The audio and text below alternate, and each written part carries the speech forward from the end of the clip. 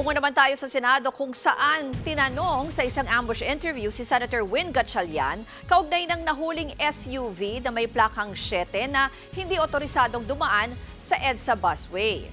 Napag-alaman kasing konektado ang pamilya ni Gatchalian sa kumpanyang may-ari ng SUV. Ayon kay Gatchalian, nagsalita na ang representative ng Pacific Orient at nagbayad na ng kaukulang multa. Nang tanongin naman kung kapatid ni Gatchalian ang may-ari ng sasakyan, umiwas siyang sagutin ito.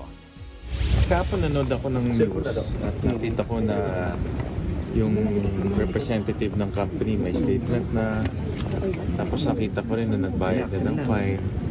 So, iwan na lang natin sa LTO kung ano yung kanilang desisyon at ano yung kanilang gagawin. Mga kapatid, ako po si Ruth Cabal.